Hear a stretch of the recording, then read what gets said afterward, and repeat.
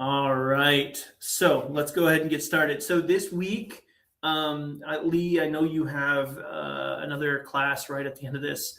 So there is the possibility that this week will run a little long. I'll try not to. But if you're attending this Tech Live, or if you do a Tech Live reflection for this week, you do not have to do week 6. I just want to give you as much time as you can to get week 5 and week 6 done. So what I'm going to do is this week, I'm going to explain the expectations and the class for week 5, and then I'm going to explain the expectations for week 6. I will still hold a week 6 class if anybody has questions, but it's only going to be for questions. And just to reiterate, you are not required to attend week 6 as long as you have either attended here or done a Tech Live here. This will count for your 5 and 6. But again, I will be there week 6 if you have questions. So yeah, good deal, Lee. All right, like we like to start out with safety minute. Does anybody have anything that they can text or say for a safety moment this week? Potentially our last one.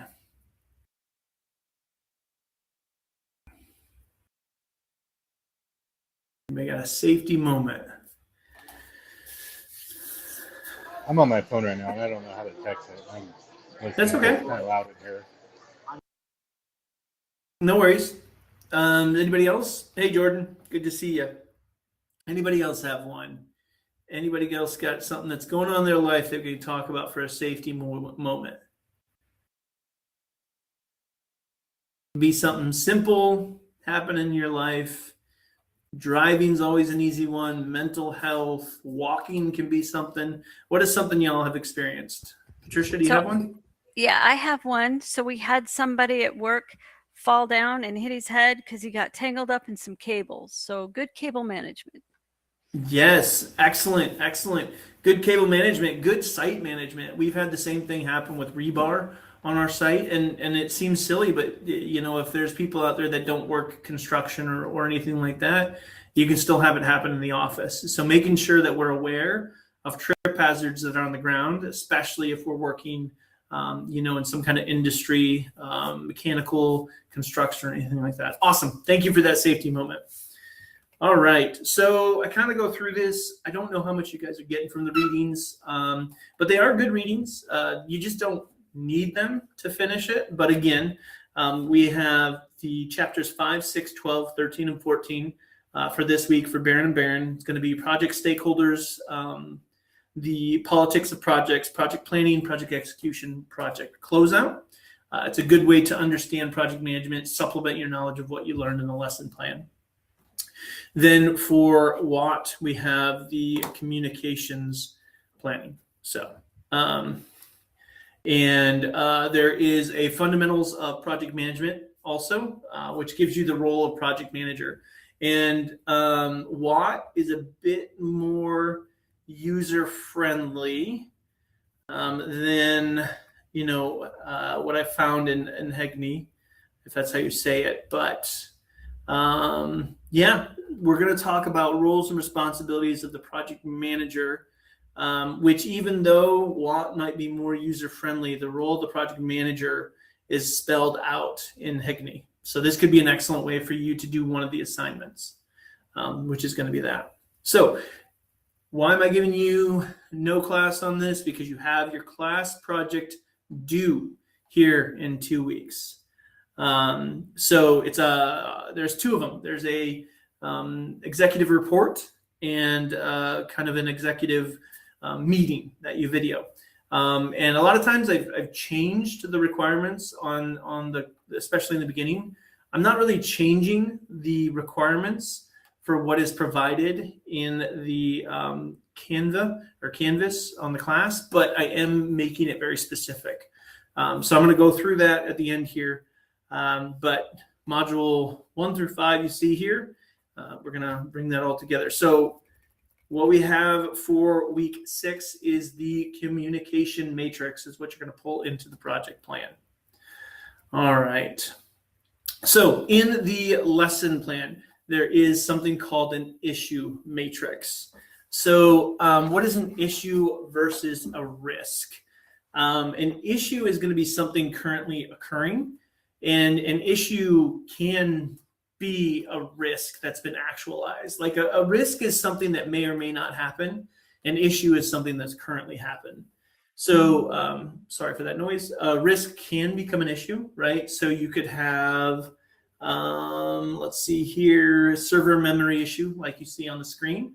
One of the servers has many memory issues and needs to be looked at. You could have had that as a risk, that the servers might be overloaded with the demand we're putting on them. So I really haven't experienced as a project manager or in my world issue matrix.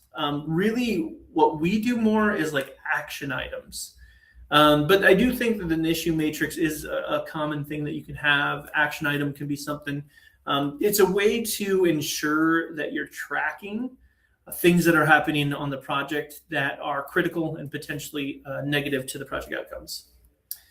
So why have a project issue matrix is going to be, I mean, I have here the different reasons, but it's a way to track the critical things that are happening on so that they don't get lost.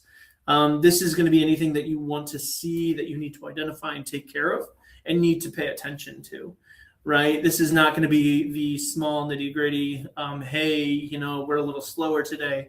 It's going to be more, hey, we got this hurricane coming up. And we need to make sure we're ready for it.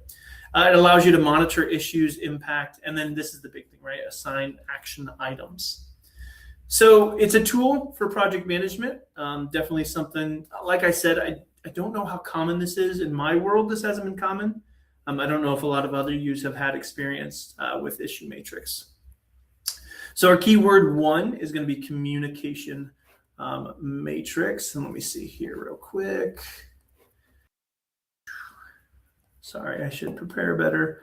But the reason we have the issue matrix is going to be the discussion. So what you're doing is the project that you've been working on throughout this course as part of your project plan. You're going to discuss kind of what issues could arise and how we handle these. To be honest, I don't see how this is substantially different than risk. It's basically saying, well, it might be like what might happen on your project, and then how are you going to handle that? So the issue matrix is going to be one of your discussions for your week 5. The other discussion in week 5 is going to be about lessons learned. So what's a corporate project you are part of? And then what was the project success and what lessons have you learned? So that's kind of the reason for the issue matrix. So keyword number 1 is communication matrix. Now this is something that I've seen as a tool on project management a lot more. So communication matrix is going to manage the on-site communication, which is obvious. What it is it keeps track of the different types of communication that you're going to have on site and who owns that communication and how you can communicate with them. Can anybody explain why a communication matrix might be important? What do you think might be, why do we need a matrix about communication on a project site? And I'm kind of leaving that open-ended. So we know What do you who to think? talk to. Yeah, so you know who to talk to. You have the critical points of people to talk to. If you have, let's say, a change order, right? Who do you talk to about change orders? The communication matrix can show that. If you have a landowner issue, who can you talk to, right? Definitely. Pasita, what do you have? Anything else to add? Yeah, so you know kind of what has been communicated to people, right? Yeah, I mean, I think it's pretty clear. It's a way to really understand kind of the rules of communication for the job site, for the project that you're working on. And see, here we see a Excel document, and this is going to be the expectation of your assignment. And then similar to the risk matrix, I'm going to want 10 different communications. So here we see communication being a kickoff meeting, project team meetings, technical and creative design meetings, monthly project status meetings, project status reports. It gives you the purpose, and then it gives you the medium, frequency, audience, owner, and deliverable. And you can add different things like criticality. I think medium is important, right? Especially when it comes to certain things that are in the contract. you might actually have to communicate. For example, change orders, my experience is sometimes it needs to be an actual letter in the mail. So just this gives you an understanding for your project, the type of meetings that you're going to have. So the purpose is going to be,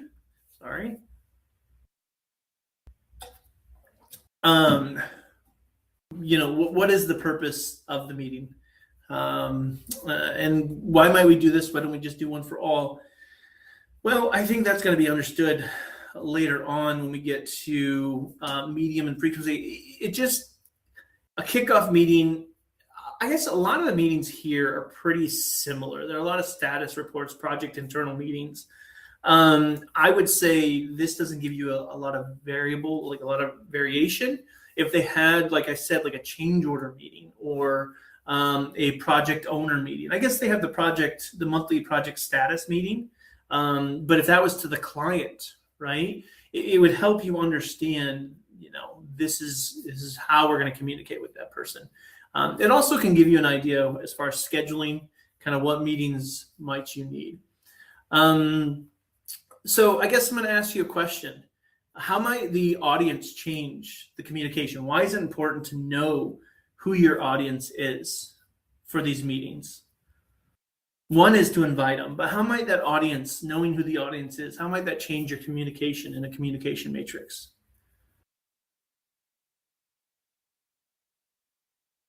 Level of detail, right? Content of the communication, the formality or informality, right? The delivery, 100%, right? Understanding who you're communicating with is going to be telling you, like what everything you've said, right, is how you're going to communicate with them, because you have different stakeholders and those stakeholders want to be communicated differently.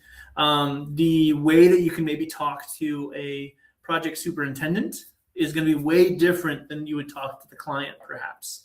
The client's probably going to have to be very formal. You're going to maybe have to be a little guarded with your words. You can't say, oh my gosh, the site's going to absolute terribly, right? Whereas a superintendent or a site manager, you can be a little more. And then who owns it, right? I like having ownership on anything. Otherwise, if nobody owns it, it doesn't get done. So making sure you have your owner. And then what the deliverables could be.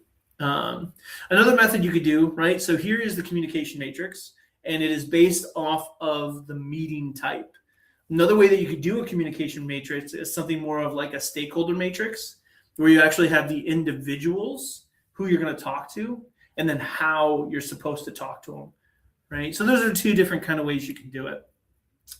So for assignment 1, use your project and come up with 10 meeting or events or stakeholders, right? So either come up with 10 different meetings that you might have, and you can use your WBS to help you. You don't have to, but come up with 10 meetings might have, or 10 people that you might talk to. And the minimum I want to have is, what is the meeting event or stakeholder? What is the communication medium or method, right? How are you going to communicate to them? What's the frequency and what's the purpose? So that's going to be assignment 1. Does anybody have any questions about my expectations and any questions about a communication or stakeholder matrix? What questions do you guys have?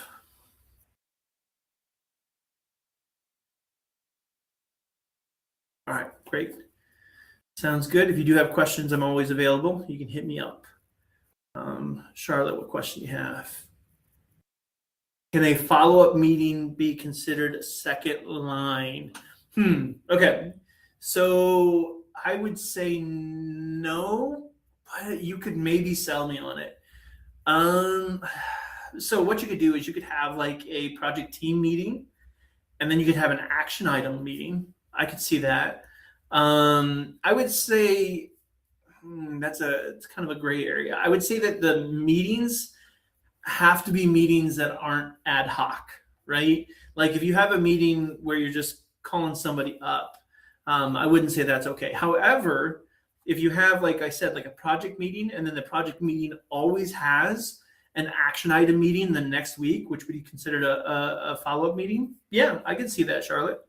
I answered a little bit ambiguous. Did I help you or no? Do you have more clarification that you need for that? Okay, great. Thank you for asking the question. All right.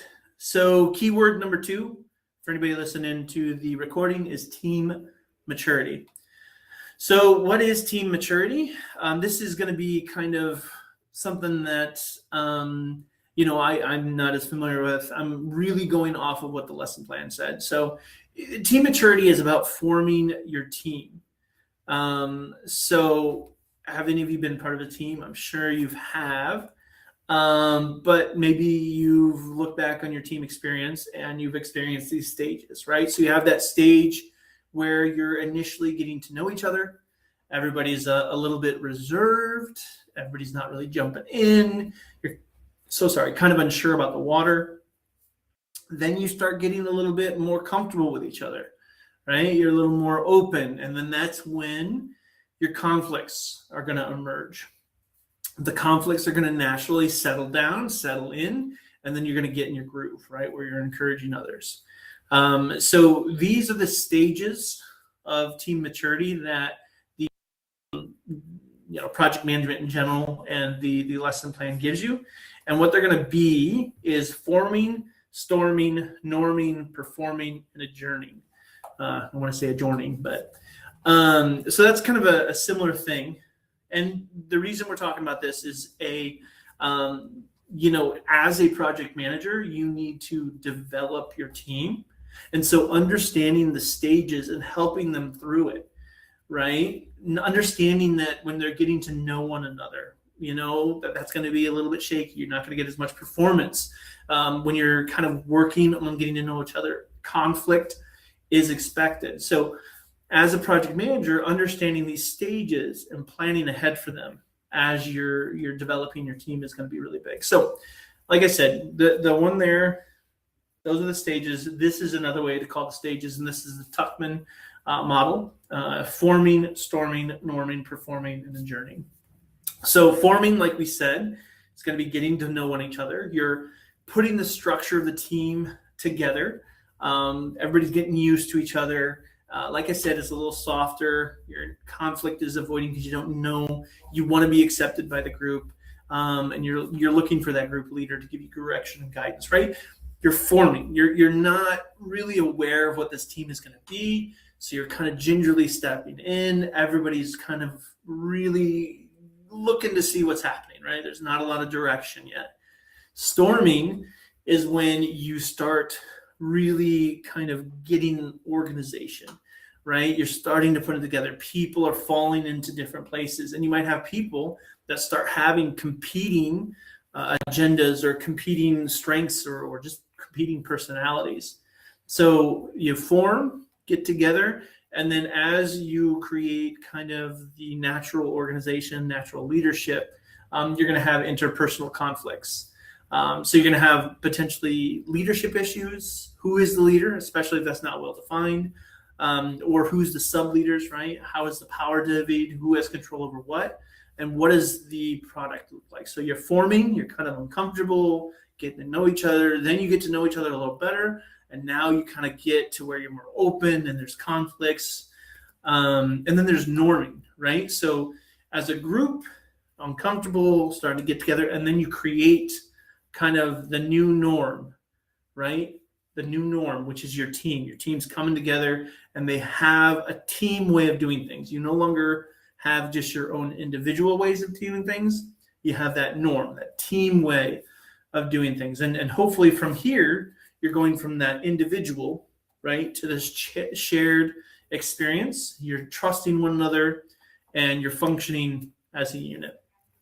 After you've become that, you're performing, right? So you have created yourself as a unit and now you're being productive, right?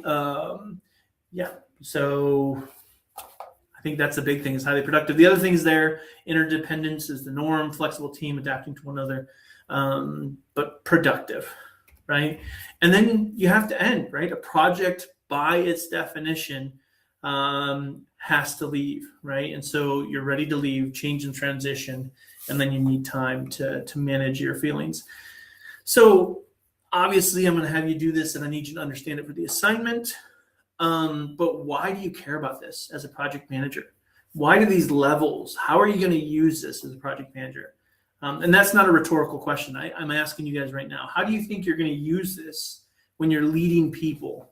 How is this a useful tool as a project management tool or as a project manager? What do you think? What is your reflection on this? I've used this before. Sometimes you just got to take a step back because team members leave the company or go to new groups or the project changes. So yeah, you definitely have to reconsider what stage you're in because it can constantly change.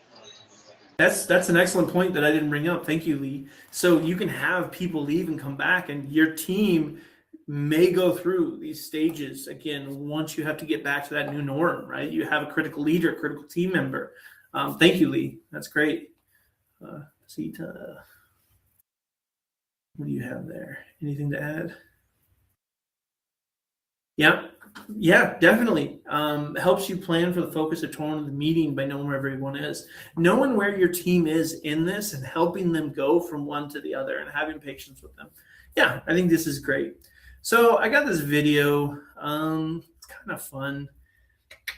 We're kind of behind, but what it does is, and you can watch it on your own. I sent it to you and it's a fun clip. But what it does is it goes through and it uses Lord of the Rings and how they develop a group and how that kind of goes through it. It's fun, but I want to respect your time. So I would invite you to kind of look at that on your own if you want. Download it and find it on YouTube. But yeah, so what do I expect from your assignment as far as the stages of forming a team, of team maturity? I need you to show all 5 stages: forming, storming, norming, performing, and adjourning. And I think you understand my expectations of an infographic. It's a little bit subjective, but I don't want you to just write paragraphs, right? I need you to use the infographic. And the better you use the infographic, the better your grade will be. And please give me a citation. Again, this one's going to require a citation. If you don't have a citation, I'll have 5 points off. And then you can just give me the citation. But yeah, what questions do we have about team maturity or my expectations of assignment 2? Is there any questions on that?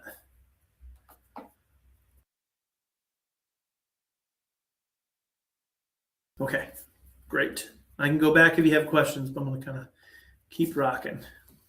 All right. Oh, no, thank you for asking, Brittany. You do not need a recording with the infographic. Nope, just the infographic. Thank you. All right, measuring project success. So if you remember your project charter, we set objectives and goals, right? And so I'm not going to grade you on that, but think about what goals did you set? What objectives did you set? Did you set your projects up so that you can have measurable goals? What are your goals for safety? Remember SMART goals. Just being safe is a bad goal, right? Just having quality is a bad goal. Customer satisfaction. Like, what are the quantifiable things within these goals, right? In measuring project success, I only have one slide on this. This is going to be a discussion point. Just something to think about. As a project manager, your project gets going so fast, and the planning phase is so important.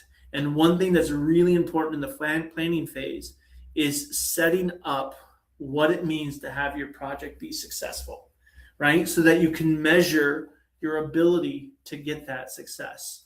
And there's all different types of projects, all different types of ways of measuring success. But as a project manager, you kind of need, probably for your sponsor or your client or your boss, to be able to tell them if it was successful. And you want to have very good goals in the beginning and set forth those goals. So while you're doing your project, you're measuring those goals. And at the end, you can report your ability to meet those goals. I don't have specifics. We've kind of talked about these throughout the class, but that's going to be a discussion. I think it's discussion B. So that's definitely an important thing as far as measuring your project success. Next thing we're going to talk about is the roles and responsibilities of the project manager. So there's a couple of videos that you can watch on the lesson plan that do a really good job of explaining the roles and responsibilities of a project manager. And I think the expectation, let me check here, is going to be a video. I'm almost positive it is for week 5. So we're going to want you to do, let's see here. Excuse me, I'm so sorry. All right. Week 5 is going to be you explaining to me, yep, a video. So what are the roles of the project manager? And it doesn't have to be the same, right? You can have some variation from different people. But there's a woman that does a video in your lesson, your this week's lesson. And what that person says is that your goal or your roles and responsibilities as a project manager is to motivate your team, track your success, manage your sponsors' expectations while managing the risk and the budget, right? So a project manager has to make sure that the team is motivated to do their work, but then also has clear expectations for that team so they understand whether or not they're on track. But also you have that person above you, sponsor, boss, whoever. You have to work down and also up, right? You have to motivate your team down. You have to keep them on track down, but you have to report upwards and make sure that they understand the expectations. And then also managing your risk and managing your budget, which I think is a little bit redundant, because keep your team on track. I think 2, 4, and 5 could all be ensuring that you set really good goals and then you ensure that you're meeting those goals. There's a British guy, and he talks about the roles and responsibilities of project management being a great communicator, giving clear direction, right? Again, not only communicating well, but setting goals that are very well understood. Then supporting the team, right? And that's a little bit like our fun woman that's saying you need to motivate the team, supporting your team in relationship building. And then he says, just get out of the way, right? Create the team, create their goals, and let them go. Lead by example, and then give your team a sense of purpose, autonomy. Feed into these social motivators and give feedback in an effective manner, right? And then there are 2 readings as far as roles and responsibilities of a project manager are to know the standards, understand your project environment, provide both technical expertise and leadership, and then communicate, influence, lead, motivate, negotiate, and solve. Your lesson gives you kind of a similar thing. Understand the project mission, vision, have people skills, delegate, don't self-perform, make the hard decisions, make them fast, make sure everybody knows their roles, lead, motivate, and achieve goals. So, I mean, there are wrong answers for your assignment, but tell me what you think. We've gone through this. We've talked about a project. We've talked about the things, but what is the roles and responsibilities of a project manager? So what I'm going to kind of grade you on is, I'm not going to really grade you on accuracy, but it's got to pass the smell test, right? You can have a lot of right answers. There are some wrong answers, right? A project manager's role is not to play golf, right? That's a silly example, but there are wrong answers. But you can have a lot of variation. So I'm going to need you to have a PowerPoint or some kind of visual aid, and then describe the roles and responsibilities to me. And then in order to get full credit, I would like to know, what do you think? You define the project manager roles and responsibilities. What's going to be easiest for you? What do you think is going to be easy as a project manager? What are your qualities that will allow you to be a project manager? But also, what's going to be hard for you? What are your difficulties as a project manager?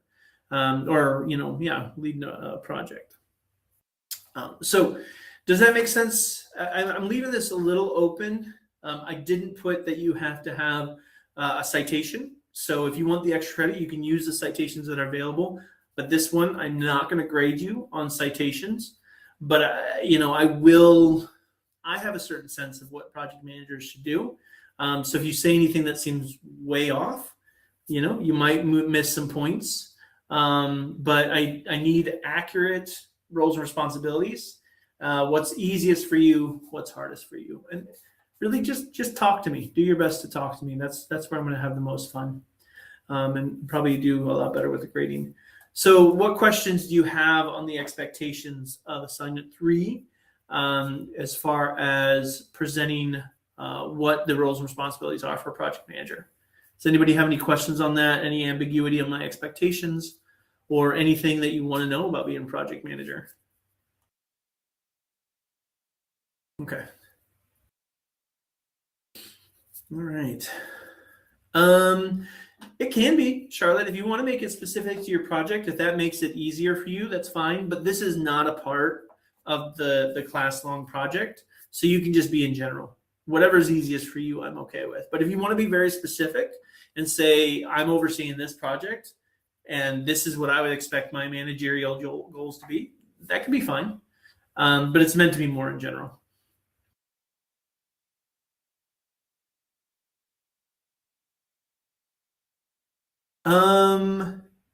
Audio talking over the PowerPoint or video. So Samantha, are you talking about how you can embed the audio into a PowerPoint? Is that what you're saying? Yeah, that's absolutely fine. Thank you for that clarification. You don't have to do a video. I just need a visual aid and audio. So if you were one of the people that don't like to do a video and you just like to embed the audio in your PowerPoint, that's absolutely fine. But I will need some kind of audio with a visual representation. So on the other ones, I've accepted it. This one, I won't accept putting notes in the bottom. I actually do need some kind of audio with that. Thank you for the clarifying question. All right. So what have we talked about this week so far for week 5? We talked about issue matrix. And an issue matrix is going to be bringing up issues, having the ability to make action items, right? Like I said, I haven't experienced that a lot as a project manager, but it's just a really good tool of tracking critical items. I've seen like Procore or different tools that have the ability to software to track those things. The next thing is going to be your communication matrix. What are the rules of communicating on your project? A quick little thing about project success, right? What is project success? Well, project success could be anything. You have to define it. And then, how do you create team maturity? What are the stages of team maturity? And then finally, the project manager roles and responsibilities. So I've already asked you quite a bit, but do y'all have any questions overall on week 5? Anything that you would like me to go into more detail on? Okay, great. So the keyword, I think this is keyword 2, or it might be 3. Oh, which one was that? I think it's keyword 3. If I accidentally only had 2 keywords, for those that are listening to the recording, you're okay. So this is going to be that Techlive 6 is optional. I'll be there if you want to ask any questions. So yeah, but you've attended this. If you do your Techlive reflection, give me all the keywords, or those that have sat in on this, you do not have to go into week 6. But let's go into week 6. Let's talk about it. So week 6, hopefully you've learned some things. I really hope you have. It's been my intent, and that's what I want for you, is to understand what project management is better, a little bit better. And some of the things we did may not be exactly what you're going to see as a project management tool. So really in 6, I kind of want you to show me in summation, everything you've learned in this class. And so what's going to be is it's going to be a Word document, project executive report, and then a video, or as Samantha said, it can totally be a PowerPoint with embedded audio. So what's happened is your project's been approved. Now you have to execute it. So what we would be at right now is kind of the end of the planning stage. And so think of this kind of as you explaining everything about your project and giving me the reassurance that you understand your project, you understand everything about it, and then I'm okay going forward with it. So you have a project plan, which is the document, that Word document, and then you have the executive review. And they're going to be very similar. They're going to have overlapping content because one is the document, your project execution plan, and the other one is you explaining to your boss, let's say me, how you're going to execute it, right? And so for the Word document, and I've sent you announcements, and you don't have to use what I sent you, but it would be really, I think I guide you pretty well through what's expected in those documents. So if you go to your announcements, I sent this and I can send them again, but you have the module 6 revised directions. It's not really revised directions. I'm just giving you clear directions. And this is going to give you a good insight into exactly what I'm expecting, right? And then you have this document. If you download that document, it should give you exactly what I'm expecting. And then for the executive summary as well, this is the PowerPoint kind of explaining what I'm expecting. So you don't have to use those, but I do think if you do use them, I'm going to be able to grade it better, grade it easier, and you probably kind of will get that higher grade. But let's look through this. Let's go step by step of my expectations. So the executive summary is going to be 15 points. So what I want you to do is summarize the project and the project plan. So you can use information from Module 1, Assignment 3, where I think Module 1, Assignment 3, give me one second. My apologies, I don't know this off the top of my head.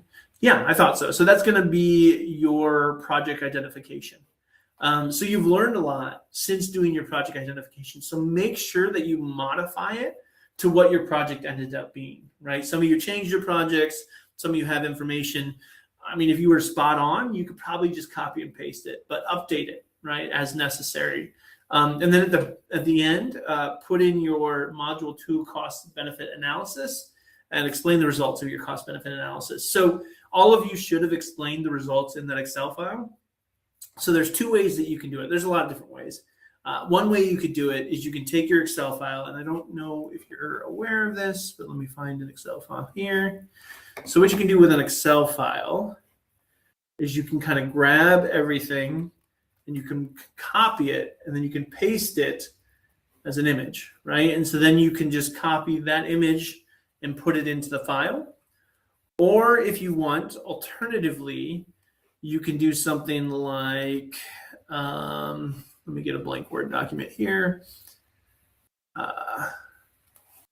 You could do something kind of like this. So you'd have your Word document, and you could do one of two things. You can copy what you did in week 2 and then put it in there like that. Or if you prefer and you think that doesn't look good, you can see attachment 1. And then you can upload the Word document and then just upload the Excel file. But if you're going to upload the Excel file, see attachment 1 and then put the name of the file. Does that make sense? Okay. If you have any questions while you're doing it, let me know. But both of those are acceptable. So that's going to be your executive summary. For the project scope, the Module 2 project charter, you can just copy and paste it. It's going to look really clunky, but I'm fine with that. I'm not. You just copy and paste it. That's absolutely fine with me, and that's going to be 15 points. For your project schedule and milestones, this is a little bit higher in points because you're going to get very few points if you don't do that bottom one. I need you to summarize in paragraph form what your critical path is and what it means, right? So you're going to copy and paste your graphical schedule, or you're going to attach it, and then you're going to copy and paste your WBS and network diagram. That's going to be partial points, but the big thing I'm going to want to see is in paragraph form, what is your critical path and what does that mean? The team org chart. Okay, I will give, I think, let's do let me see how many points are we going to do here so I remember. What the heck? 10 bonus points. That's a bit high. Why not? That's okay. So give you some bonus points. You don't have to, but you can create an organizational chart. However, if you don't create an organizational chart, that's fine. But 25 points is going to be who is on your team and what are their responsibilities. You need to have a team, right? So in your project charter, a lot of people got points off for not naming their team. So what I need here is for you to name your team. I would say, let's say at a minimum, you need to have 5 people with their name, even if it's a pretend name, their title, and an explanation of what their responsibilities are. And 10 bonus point if you create an org chart. Can the team include departments versus individual people? Yeah, so it sounds like you have a pretty small team, and then you're going to have things that you have different departments handling. That's fine. I'll accept that. Thank you for asking. Yeah, that would be perfect. I like that. That's great. That's great. Thank you for asking. And if you subcontract out your work, you can also do that as your team members. I'm sorry, I kind of forget what everybody's done, but I know somebody did a wedding, and you might have contractors. You might not have 5 people planning the wedding. I mean, you could have a mother-in-law that could be part of your team, right? I'm not going to be too strict, but just who's involved with the project, who are the key players. And to get all points, it's going to be a minimum of 5 people. And then 10 bonus points if you create a graphical org chart. Let's do, we don't want to get too crazy. We'll do 5 bonus points for this. So the other thing is going to be your cost baseline. And then the extra credit is going to be your cost control plan. So this one is really just a copy and paste, or say it's an attachment. You don't have to do anything written. You just have to pull your project budget, put it there, and then if you want extra credit, tell me how you're going to be monitoring costs. Earned value can be a way you do it. You don't have to. All right. Risk management, again, just copy and paste from what you did in your discussion, communication plan, what you got from week 5. And then this is going to be a lot of points, right? So I expect a really good summation, right? So what did you learn, right? And that's a broad strokes. It can be what did you learn from the class? You can create lessons learned of what you would have learned from the project, right? I need a reflection here, right? Give me what did you learn and what would you do differently? And it has to be robust and it has to be insightful. So that's going to be 35 points. Last time I did it, a lot of people missed what did you learn? And that's a fifth, 20% of your grade. So just make sure you're doing that. So does everybody understand my expectations of the project plan? Or do you have any questions on this? Yeah, so you're saying all of these topics are in the template that's linked? Yep. Let me see if I can okay. find the template that I gave you. I can show you the template. And then the extra credit questions that you said speak to, you want us to speak to those in the presentation we do, or within the template? Presentations next. This is only the Word document, only that. So this right here is going to be what you're going to do, right? And this should be pretty well listed what I'm asking for, right? So yeah, just fill this out. You can use a different document if you want, but the expectations are going to be the same. Yeah, of course, Brittany. Thank you. All right. So then the next thing is going to be defending your project. And I need you to have either a video or the embedded audio. And so, yeah. So here's going to be your grading here. This one's worth 100 points. So there's a whole bunch of executive summary, project introduction. That's going to be 15 points. Safety is going to be 5 points. Team roles and responsibilities is going to be 25 points. Schedule is going to be 25 points. Cost baseline, 20 points. And project summary, 10. So I've also provided you this PowerPoint. You don't have to use this PowerPoint, But if you do, it does explain what I'm kind of expecting, and I'm going to grade similar to what my expectations are here. So give me an outline, give me a safety moment, talk about something from a safety moment, introduce yourself as a person, introduce your project. Please don't miss this. I have a lot of different projects, and I want to understand your project so I don't have to go to old assignments. What is your timeline? Ooh, I put construction, sorry. Project timeline. What's the location? Quick summary scope. What does the site look like, right? So change this one to match what your project is, because like a wedding is not going to have a project timeline, right? A wedding probably might not have site training. So just use what you need here. I'm not going to grade if you modify this, but give me your project details. Give me a quick, and this can be copy and pasted, right, from your project charter. And then same with this, objective and goals, right? Then give me how you expect to execute this project safely. That's 5 points. So all of these are all, I think, what did I give? 10 or 15 points. So from here to here is 15 points, and then this is going to be 5 points. Just tell me anything about safety. How are you going to execute it? Safety. What are your goals for safety? Then the project team, right? Again, if you want to do an org chart, I'll give you bonus points for that. I'm going to give 5 bonus points on this one. But again, similar to before, insert the description of your team and then do your org chart. And now this one's a little different. You also have to insert the description of your client. Again, 5 points if you insert the org chart. So let's make sure, because I'm saying that we write that down. So 5 bonus points. You do an org chart for both of those. And then you do a detailed communication plan. All right, so we can kind of go back here. What are the points of what I'm expecting? We went through the executive summary and project introduction, 15 points. Safety, 5 points. Team roles and responsibility, 25 points with an optional 10 bonus points.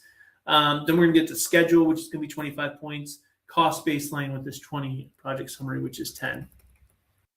So here we got our project schedule, right? Your critical path items, right? Make sure you're explaining it. What are your milestones? Project cost, budget. And then this is going to be a bonus. Again, maximum 5 points bonus if you explain your cost controlling measures, top 5 risks and their mitigations, and then give me a summary. So one thing, aesthetics will be part of the points. So this right here, you can click here to insert a picture. If you're not inserting a picture, can you make sure to delete this so you don't just have that? And again, you can use your own PowerPoint, but I'm going to be using this as kind of my expectation. And you're seeing a lot of overlap between the Word document and the PowerPoint document. That's true. Really what it is the Word document is written, and this one, what I'm going to be listening to is what are you saying, right? I'm very interested in you defending your project. So, all right. Yeah, I mean, I did not expect to go this fast. I apologize. Hopefully I didn't go too fast for you, but we're at the hour, and I've kind of explained week 5 and week 6 and kind of my expectations. What questions do you all have? Any questions for these 2 weeks? Yeah, what's up, Janae? Thanks, Brittany. For me, Yeah. my questions are a little personal. I was wondering for the things that I got. I was wondering for the things that I got incorrect. I was wondering if you would be able to in the comments explain everything I got incorrect, so when I fix it, it's no type of miscommunications. Because I had questions about the week 5 infographic of the example template, and then I also was confused about the diagram, which one you was referring to. I didn't know if you was talking about module 3 assignment 2 or the one that I just sent. And then also the Techlive keywords as well. So I was just wondering if you could go back and type everything out, so I just have a good layout of everything. Because I didn't want you to tell me all of it through here, and then I forget, or I don't have a right idea of like how to redo the assignments. Yep. So for the two tech lives, I've already put that in the notes. I told you in that I've already made a comment on that when I graded them, what you're needed. So I already have that. So if you go back to those, it kind of does explain it. But as Okay. far as the critical path, I haven't given you that feedback, Janae, but I will. I'll give you Okay. that feedback so that you Okay. have it, and I'll be very detailed in that assignment. I'll make sure to do that. Um, does that make sense? Yes, it does make sense. And then Okay. I didn't know if I did module 3 assignment 2 right, because you never graded it again, or I didn't know if you were going to grade it again. I wasn't I really will. sure if I you want. will. Oh, I will. okay. But I have not gotten to that. So for module Okay. 3, assignment 2, what I'm going to do, you still kind of made some mistakes, but I don't want you to get frustrated. You put a lot of effort into it. So what I need to Okay. do is sit down and take some time, and I'm going to help you Okay. through it. So I'm going to take the Excel and I'm going to show you, okay, based on what you have, this is what you should do. And I'm going to send you Okay. an email explaining exactly how to resubmit it. So I Okay. will grade Yeah. it, but I want to make sure that I don't get you frustrated. I want to give you exactly this is what I've Mhm. seen. And I know you put a lot of effort into it. And if you just do it one more time, I'm going to take that into Uh-huh. consideration and definitely give you the points back and probably a little bit more. Okay, yes, thank you. That's what my questions were, just to like have like more like clear. Because I wouldn't want you to like give me an example and like talk to me through the through like the tech live, and then like I forget it or I'm not doing it Totally right or anything. So understand. I just wanted a template and an example and just like the I, feedback. So when I do redo it, I can look at every single step and every single thing that I'm doing, sure. whether it was correct or incorrect. Yep. That sounds great. And then anything else, Janae?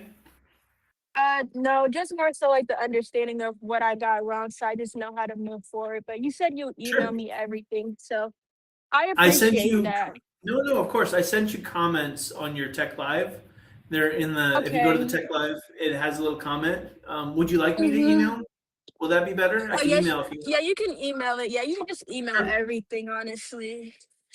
Sounds good. Appreciate it. Jordan, what question did you have? Or are you good? Oh, wait. Didn't, yeah. Do you want to do a one-on-one or are you okay? Do you want me to stop recording?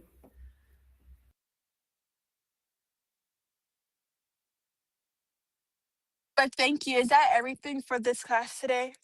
Yep. Y'all have been great. I appreciate you. Yeah, sure, Jordan. Type it out. Be safe. I am around if you guys want one-on-ones. I will be Thank here you. for week 6. Yeah, thank you, Lee. I really appreciate you. But yeah, enjoy yourself. Thanks, Patricia. Thanks, Samantha. Okay, thank you. Thanks, Janae.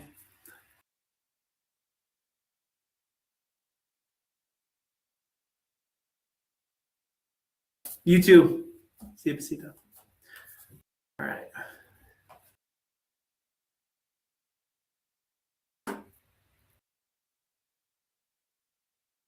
Yes. Yes. Yeah.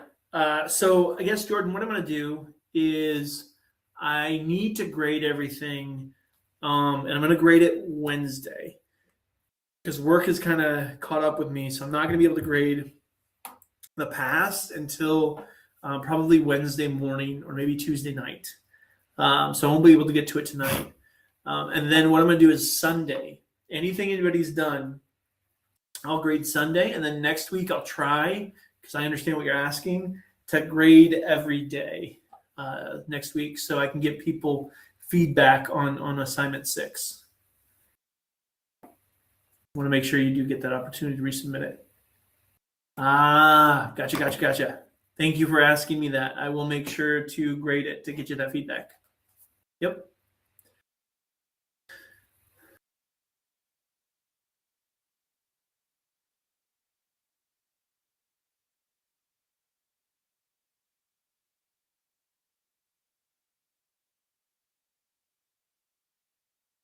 Also, enjoy your vacation. Hopefully, it's a fun one.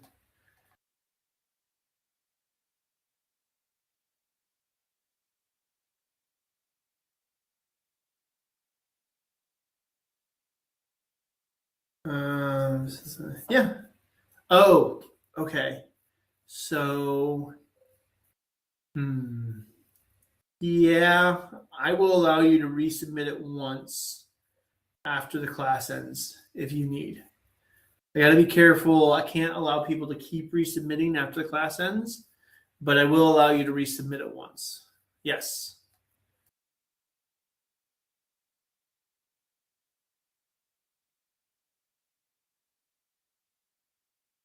You can resubmit it as many times as you want before the class ends, but after the class ends, only the once. Of course. Thank you, Jordan.